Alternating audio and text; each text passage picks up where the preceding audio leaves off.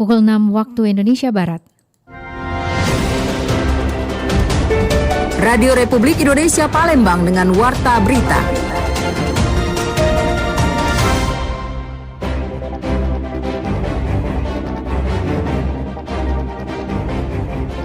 Pemenuhan Gizi KPPG Palembang mencatat program makan bergizi gratis MBG di Provinsi Sumatera Selatan telah menjangkau sebanyak 2.036.667 penerima manfaat.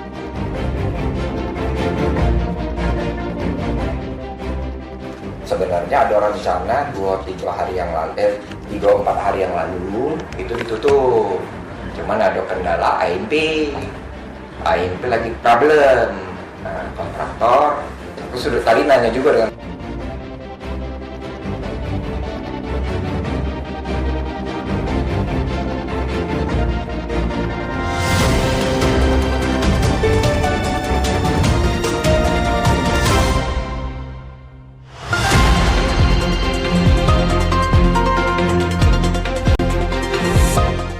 Selamat pagi, Anda mendengarkan Warta Berita RRI Palembang, Sari Berita.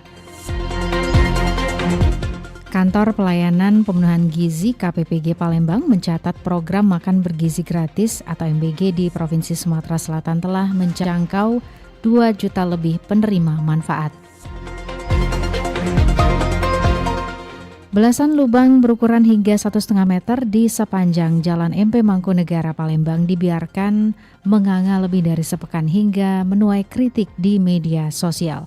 Inilah Warta Berita selengkapnya edisi Sabtu 22 Agustus 2026 bersama saya Esi Armisi.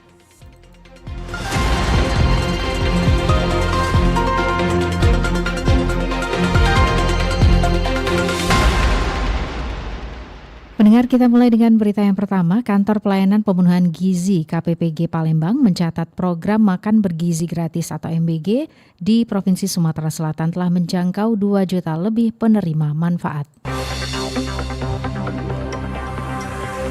Program makan bergizi gratis MBG di Provinsi Sumatera Selatan telah menjangkau sebanyak 2.036.000 lebih penerima manfaat yang tersebar di 17 kabupaten kota.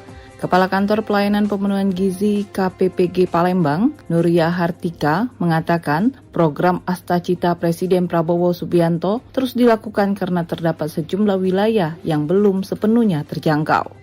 Penambahan Satuan Pelayanan Pemenuhan Gizi SPPG atau Dapur MBG akan disesuaikan dengan kesiapan infrastruktur dan pemenuhan persyaratan operasional. Saat ini terdapat sekitar 800 Dapur MBG yang telah beroperasi di seluruh wilayah Sumatera Selatan dalam menjangkau cakupan penerima manfaat itu.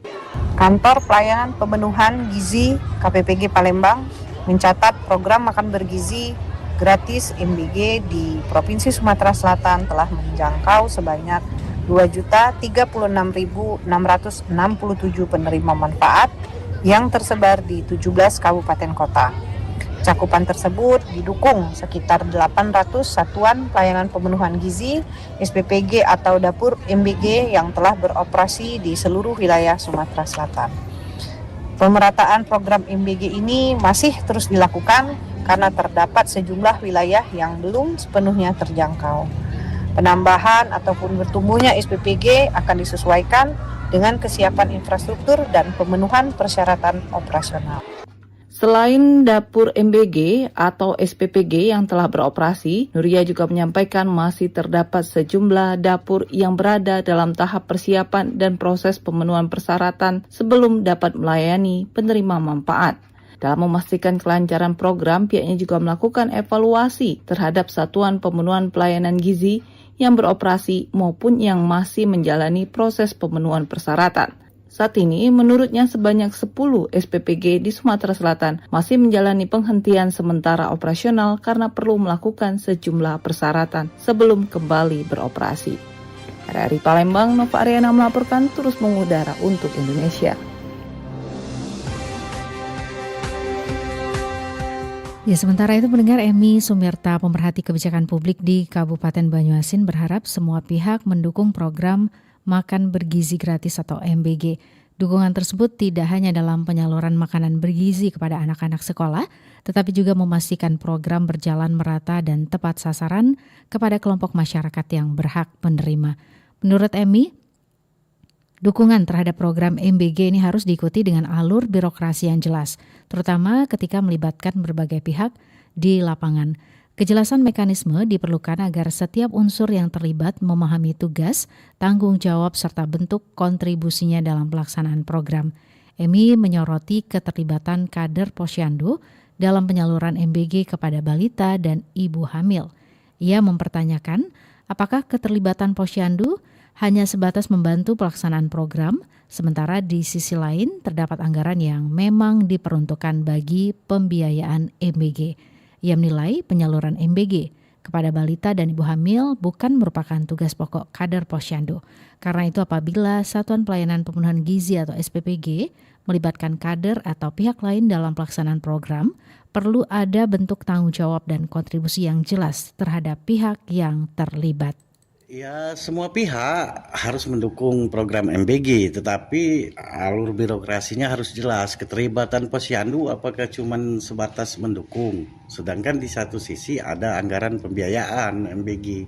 Ya, kalau memang begitu pihak-pihak SPPG ketika melibatkan pihak-pihak lain harus bertanggung jawab dan kontribusinya terhadap kader Posyandu selain mendukung atau menyalurkan MBG ke balita dan ibu hamil itu bukan tugas pokok dari kader Posyandu. Nah, oleh sebab itu hendaknya SPPG juga harus menyisihkan sehingga muncul kerjasama yang baik dan sasaran bisa sampai ke tujuan. Emi berharap SPPG dapat membangun kerjasama yang baik dengan seluruh pihak, termasuk kader Posyandu, sehingga pelaksanaan MBG berjalan sesuai mekanisme dan manfaatnya benar-benar diterima kelompok sasaran. Menurutnya, koordinasi dan pembagian tanggung jawab yang jelas penting untuk memastikan program MBG tidak hanya terlaksana, tetapi juga mencapai tujuan peningkatan pemenuhan gizi masyarakat. Pendengar, berikut ragam komentar masyarakat terkait progres makan bergizi gratis di Sumatera Selatan.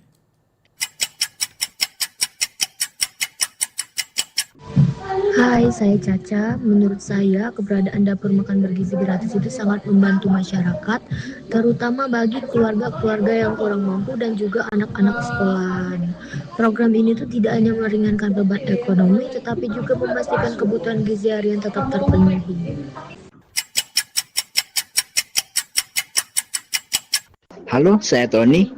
Menurut saya, standar kualitas pelayanan itu sangat penting ya. Karena kan menyangkut kesehatan masyarakat. Makanan yang disajikan harus higienis dong pastinya. Bergizi, seimbang, dan diolah sesuai prosedur keamanan pangan gitu. Kalau standar tidak diterapkan dengan baik, justru bisa menimbulkan masalah kesehatan. Jadi menurut saya, pengawasan, pelatihan petugas, dan juga kontrol bahan baku harus benar-benar diperhatikan agar kualitasnya tetap terjaga.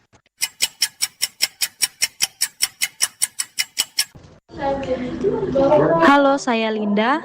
Pesan saya, pemerintah perlu memastikan pasokan bahan pangan tetap stabil dan berkualitas, agar pelayanan tidak terganggu. Terus selain itu, koordinasi dengan berbagai pihak seperti sekolah, pesantren, dan penyedia bahan pangan harus diperkuat.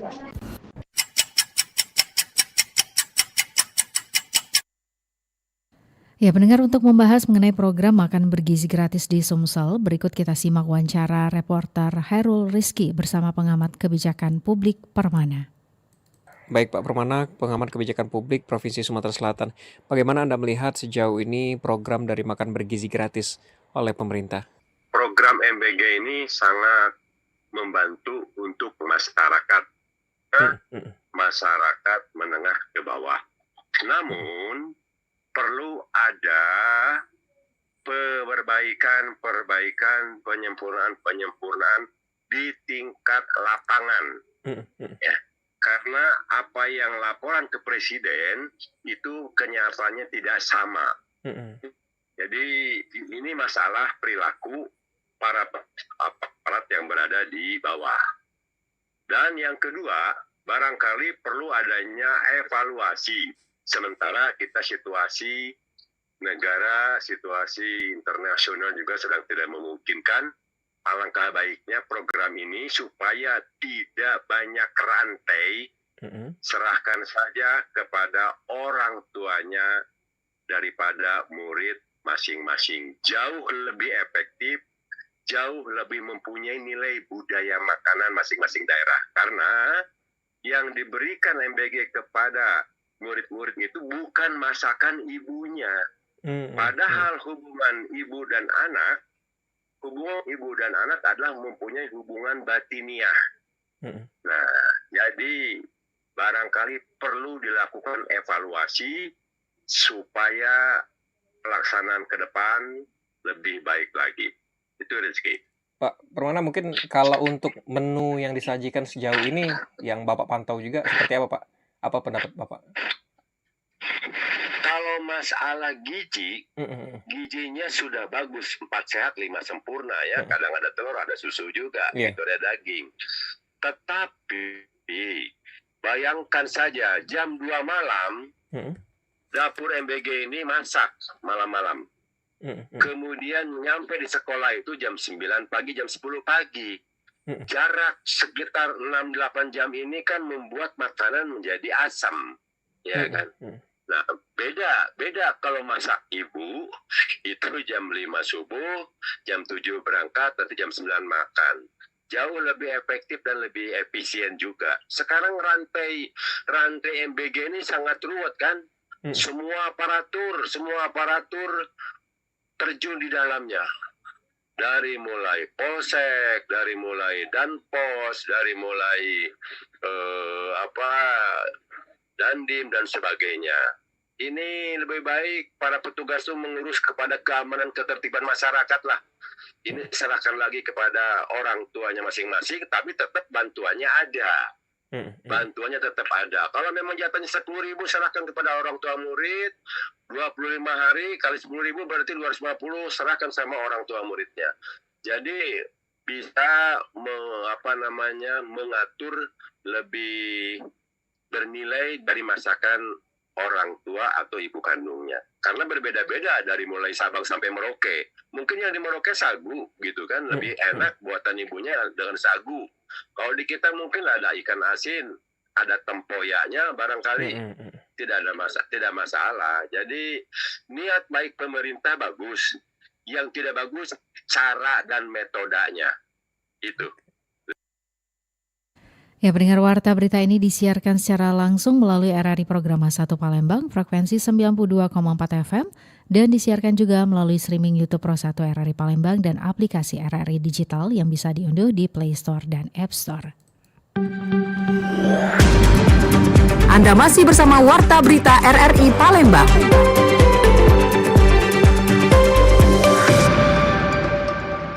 Beralih ke informasi lainnya, belasan lubang berukuran hingga 1,5 meter di sepanjang Jalan MP Mangkunegara Palembang dibiarkan menganga lebih dari sepekan hingga menuai kritik di media sosial. Dinas PU beralasan pekerjaan ditunda sementara karena kerusakan pada alat pengolahan aspal. Ini banyaknya lubang ini. Lubang ini hampir anak seminggu. Digali Lubang menganga yang berada di sepanjang badan Jalan MP Mangkunegara Palembang karena perbaikan yang belum tuntas viral di media sosial. Dalam video yang beredar Jumat 21 Agustus 2026, warganet menumpahkan kekesalannya. Tidak hanya pengendara dalam video, warganet pun turut memberikan kritik pedas terhadap perbaikan jalan yang dinilai dapat membahayakan jiwa pengendara. Kata-kata bernada keluhan pun membanjiri kolom komentar. Dari pantauan RRI, terdapat belasan lubang berbentuk persegi dengan ukuran bervariasi antara 0,5 hingga 1,5 meter pada belasan titik di sepanjang jalan yang sebelumnya dikeruk. Namun tidak tampak aktivitas pekerja ataupun alat berat yang berada di sekitar lokasi. Kepala Bidang Jalan Dinas PU Bina Marga Provinsi Sumatera Selatan, Adrifan, mengakui pekerjaan jalan di lokasi memang belum selesai. Lubang yang menganga belum ditutup karena pekerjaan dihentikan untuk sementara waktu. Nah, sebenarnya ada rencana 3-4 hari yang lalu itu ditutup. Cuman ada kendala AMP lagi problem. Nah, kontraktor, aku sudah tadi nanya juga dengan kontraktornya. Akhirnya betul kontraktornya pada prinsipnya mereka sudah selesai, masalah itu sudah diselesaikannya. AMP mereka rencananya hari ini mereka akan memprioritas ke Mangkunegara. Adrifan mengatakan informasi dari pihak kontraktor AMP yang rusak kini telah diperbaiki dan mereka berjanji untuk melakukan penanganan dan memprioritaskan penutupan lubang dengan segera. Direncanakan seluruh lubang yang masih terbuka akan ditutup pada Jumat malam 21 Agustus 2026. Riana Pridani melaporkan. Informasi berikutnya, Sekda Provinsi Sumatera Selatan Edward Chandra mengatakan perubahan status guru P3K paruh waktu menjadi penuh waktu harus mempertimbangkan sejumlah aspek diantaranya analisis jabatan dan beban kerja. Pemerintah pusat berencana mengubah status guru P3K paruh waktu menjadi penuh waktu. Guru P3K penuh waktu juga berpeluang mengikuti seleksi CPNS pada tahun 2027. Sekretaris Daerah Sumatera Selatan Edward Chandra mengatakan perubahan status tersebut harus mempertimbangkan sejumlah aspek mulai dari analisis jabatan, beban kerja, kedisiplinan, hingga kemampuan anggaran daerah. P3K kan itu tes ya. Kebijakannya kalau ada masih pembukaan tes CPNS, maka P3K pada waktu itu diperkenankan. Itu yang seperti itu. Yang sesuai regulasi ya. So ada yang memang bermanfaat. Panis 9/2006 sudah 46 tentang pengalihan status itu ada beberapa aspek pertimbangan mulai dari analisa jabatan dan beban kerja masing-masing daerah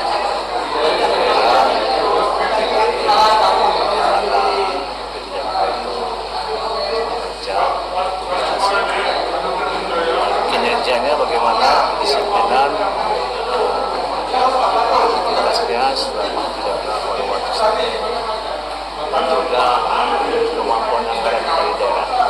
Ini kita mengarahkan untuk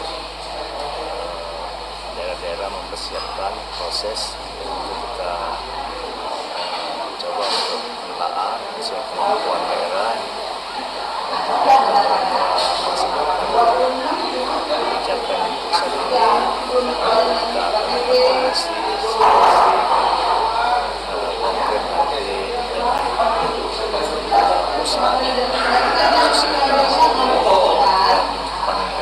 Edward menambahkan, pemerintah Provinsi Sumatera Selatan akan berkoordinasi dengan pemerintah pusat dan meminta pemerintah daerah mempersiapkan proses perubahan status sesuai kemampuan masing-masing daerah. Kebijakan tersebut diharapkan dapat memberikan kepastian status dan keberlanjutan kerja bagi para guru P3K paruh waktu dengan tetap menyesuaikan kebutuhan dan kemampuan anggaran pemerintah daerah.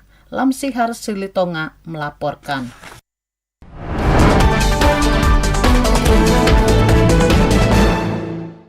Pendengar, berikut kami sampaikan Kilas Sumsel.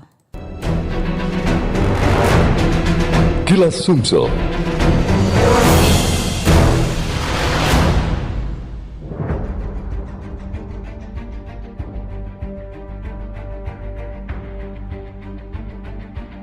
Selamat pagi pendengar, Kilas Sumsel edisi hari ini, Sabtu 21 Agustus 2026 bersama saya Muhammad Irfan. Berikut Kilas Sumsel selengkapnya.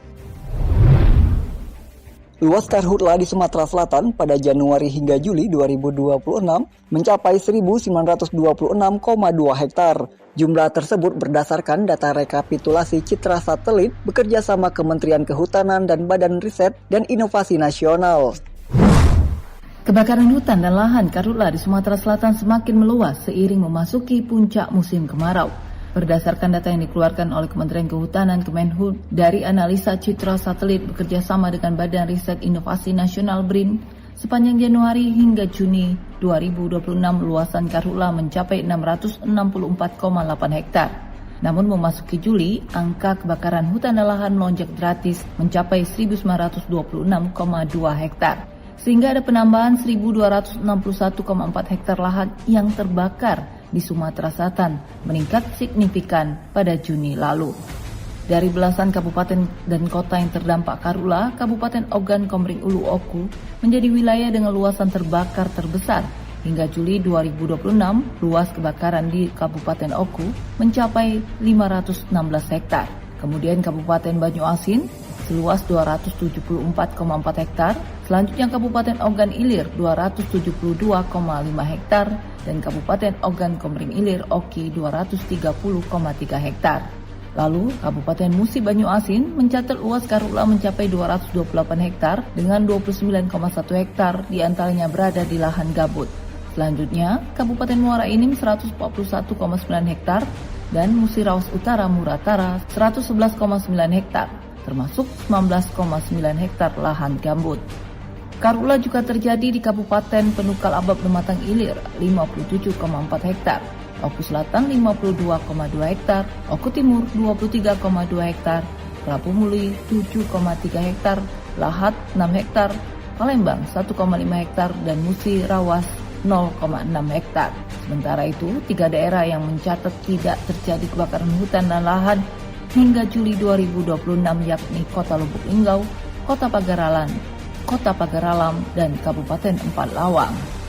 Kepala Balai Pengendalian Kebakaran Hutan dan Lahan Wilayah Sumatera, Kementerian Kehutanan Ferdian Krisnanto mengatakan, meningkatnya jumlah kejadian Karhutla ini dikarenakan telah memasuki puncak musim kemarau. Pada periode Agustus hingga September 2026 diperkirakan menjadi periode paling rawan terjadi kebakaran hutan dan lahan. Kalau yang di Sumsel sendiri kan posisi 254 personel Manggalarni, semua sekarang posisi menyerang semua lah. Kalau sepak bola ini posisi yang kita tempatkan, kami tempatkan di wilayah-wilayah strategis. Dan bahkan memang saat ini pun saya mendapatkan permintaan bantuan juga dari Bangka. Menurut Ferdian, kondisi kekeringan sehingga kesulitan air menjadi salah satu faktor yang dihadapi oleh Manggala Agni untuk memadamkan api, sehingga petugas berupaya semaksimal mungkin dengan membuat kanal kecil atau memperdalam aliran air di sekitar lokasi. Ferdian menjelaskan kebakaran Kabupaten Oki berpotensi menimbulkan kabut asap di Kota Palembang sebab arah angin dari tenggara menuju barat laut membuat asap Karhutla terbawa menuju kota di Sumatera Selatan. Bupati Banyuasin cek pipa PDAM Mata Merah, pengecekan dilakukan untuk memastikan fasilitas pengelolaan air tetap berfungsi baik dan pelayanan kepada masyarakat berjalan optimal. Jadi hari ini kita langsung meninjau PDAM Tirta Bertua kita di Banyuasin yang ada di Merah Mata. Bupati Banyuasin Askolani mengecek kondisi instalasi pengolahan air atau IPA PDAM Tirta Bertua Unit Merah Mata, Kecamatan Banyuasin 1. Pengecekan dilakukan untuk memastikan fasilitas pengolahan air tetap berfungsi baik dan pelayanan kepada masyarakat berjalan optimal. Unit PDAM Merah Mata saat ini mampu memproduksi sekitar 60 liter air per detik. Kapasitas tersebut digunakan untuk memenuhi kebutuhan masyarakat Merah Mata dan membantu pelayanan di kawasan Kenten. Askolani mengatakan kondisi infrastruktur PDAM perlu terus diperhatikan karena air bersih merupakan kebutuhan dasar masyarakat. Salah satu jaringan yang menjadi perhatian ialah pipa transmisi berdiameter 10 inci sepanjang sekitar 12,5 km. Sebagian jaringan tersebut berada di atas permukaan tanah dan melintasi kawasan sungai. Menurut Askolani, pemerintah daerah perlu memastikan seluruh fasilitas tetap berfungsi agar pelayanan kepada masyarakat tidak terganggu. Pemkab Banyuasin juga tengah mempercepat kerjasama dengan PT Mustika Jimbaran Indah untuk menyediakan air bagi lebih dari 20.000 pelanggan di kawasan Kenten. Ini adalah sumber pengolahan air bersih yang sekarang pengaliran di daerah Kenten Laut dan sekitar. Nah, kapasitas ini hanya 60 liter per detik. Itu hanya untuk memenuhi kapasitas lebih kurang 4.000 pelanggan. Sementara pelanggan kita di Kenten sekarang ini sudah lebih dari 20.000. Makanya sekarang kita sudah melakukan negosiasi kerjasama dengan PT MJI yang sekarang sedang melaksanakan FS-nya. Dan insya Allah bulan Oktober ini selesai. Nah, inilah yang harus kita tunggu. Kalau yang ini tidak bisa kita maksimalkan lagi, insya Allah kita punya keyakinan ini akan selesai dengan baik. Insya Allah 2027 awal sudah kita akan lakukan konstruksi pembangunan revitalisasi PDAM yang ada ini. Airnya lebih kurang 200 liter per detik yang tentunya akan kita arahkan untuk mengelola, menyalurkan air bersih di daerah Kenten dan sekitarnya. Melalui program revitalisasi, pemerintah daerah berharap kualitas infrastruktur meningkat dan pelayanan air bersih semakin merata. Melalui program revitalisasi, pemerintah daerah berharap kualitas infrastruktur meningkat dan pelayanan air bersih semakin merata. PDAM Unit Merah Mata nantinya diharapkan dapat lebih fokus melayani sekitar 5.800 pelanggan di Kenten Laut. Jalan tol Palembang-Betung di Sumatera Selatan ditargetkan fungsional pada saat Natal dan Tahun Baru atau Nataru 2026 dan 2027. Jalan tol Palembang-Betung di Sumatera Selatan ditargetkan fungsional pada saat Natal dan Tahun Baru 2026-2027. Direktur Operasional PT Hutama Karya, Iwan Hermawan menyampaikan bahwa pihaknya optimis ruas tol Palembang-Betung dapat difungsionalkan pada Desember 2026. Sementara ruas Betung Bayung Lencir menuju Jambi terdapat sekitar 35 km kawasan hutan yang telah mendapatkan penetapan lokasi untuk pembangunannya. Tahapan selanjutnya masih mencakup penyelesaian persoalan tanam tumbuh masyarakat, dengan prinsip bahwa masyarakat tidak boleh dirugikan. Berdasarkan paparan PT Hutama Karya, tol Palembang-Betung memiliki panjang 69,8 km dengan kecepatan rencana 100 km per jam dan terdiri dari 2x2 lajur. Ruas ini juga dilengkapi sejumlah fasilitas pendukung termasuk simpang susun, jembatan, underpass, overpass, serta 2 rest area. Untuk progres pembangunan, seksi 1 mencapai 93,74%, seksi 2 sebesar 96,70%, dan seksi 3 mencapai 94,55%. Sementara itu, pembangunan sejumlah struktur pendukung mencapai 38,20%. Perlu waktu untuk settlement tanahnya ya. Jadi nanti di akhir tahun di Nataru itu untuk main road semuanya nih sudah bisa dilalui kendaraan yang tadi yang disebut fungsional tadi itu. Jadi harapan kami kendaraan saat arus Nataru atau arus Lebaran nanti itu sudah bisa melalui jalan tol Hutama Karya. Kalau untuk Betung Jambi, ya karena tadi masih ada beberapa kendala di mana di kawasan hutan, ya mungkin di akhir tahun depan lah kita selesai. Sementara itu, Gubernur Sumatera Selatan Herman Deru mengatakan komitmen percepatan penyelesaian pembangunan jalan bebas hambatan sepanjang hampir 70 km tersebut masih menjadi fokus, termasuk adanya kendala yang masih ditemukan di lapangan. Dia berharap dibukanya akses tersebut akan memberikan alternatif perjalanan sekaligus mendukung kelancaran arus lalu lintas di area tersebut. Termasuk juga tersambungnya akses hingga ke Jambi yang diharapkan selesai pada 2028. Sebanyak 446 CPNS Banyuasin resmi menjadi PNS. Bupati Banyuasin menekankan pentingnya integritas dan tanggung jawab bagi seluruh PNS yang baru dilantik.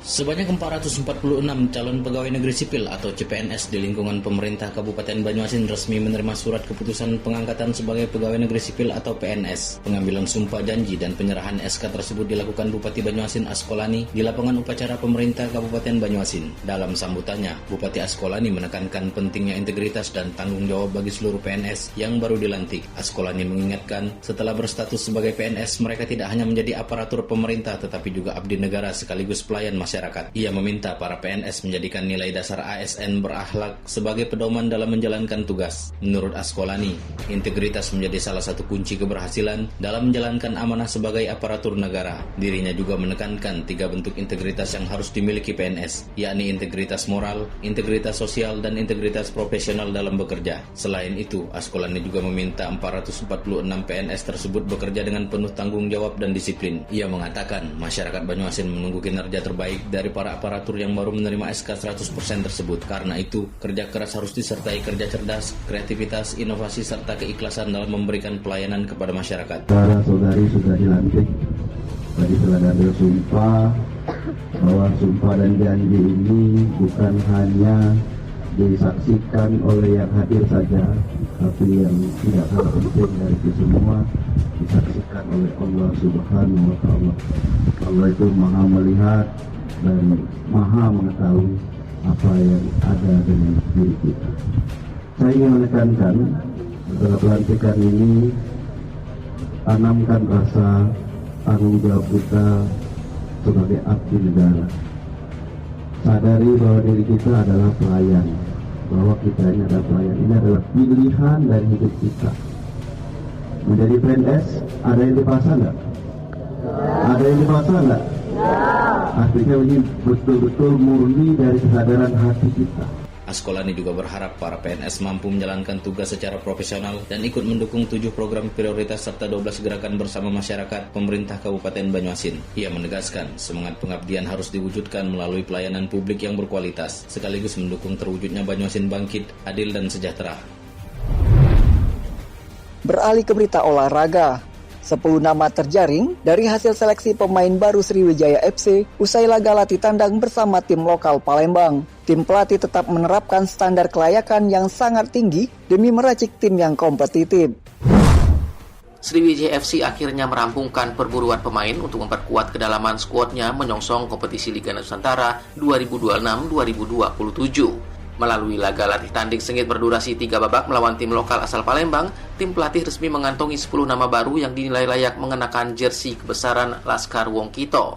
Laga uji coba pamungkas tersebut menjadi panggung pembuktian terakhir bagi 20 pemain yang bertahan hingga seleksi gelombang ketiga. Meski tampil dominan dan sukses menggelontorkan 8 gol ke gawang lawan, performa impresif tersebut tidak serta-merta meloloskan semua pelamar. Tim pelatih tetap menerapkan standar kelayakan yang sangat tinggi demi meracik tim yang kompetitif. Pada akhirnya hanya separuh dari total peserta seleksi akhir yang dinyatakan memenuhi kualifikasi taktis tim. Pelatih Sriwijaya FC Octavianus mengatakan langkah ketat ini diambil karena jajaran pelatih tidak ingin sekedar mengumpulkan pemain, melainkan mencari karakter permainan yang benar-benar padu dengan skema tim. Kita sudah benar-benar menentukan pemain-pemain yang layak ada di tim ini dan persentasenya mungkin 50, ya sekitar 50% dari yang ada sekarang ini. Setelah itu kita akan datangkan lagi pemain-pemain baru yang levelnya, yang kualitasnya mungkin lebih baik lagi dari yang ada sekarang. 10 pemain terpilih ini tidak bisa langsung bersantai. Mereka dijadwalkan segera dilebur dengan jajaran pemain senior yang telah lebih dulu diproyeksikan mengisi kerangka utama Sriwijaya FC untuk mengarungi ketatnya persaingan Liga Nusantara musim ini. Pendengar, itulah Kilas Sumsel edisi hari ini, Sabtu 21 Agustus 2026 bersama saya Muhammad Irfan. RRI terus mengudara untuk Indonesia. Kilas Sumsel.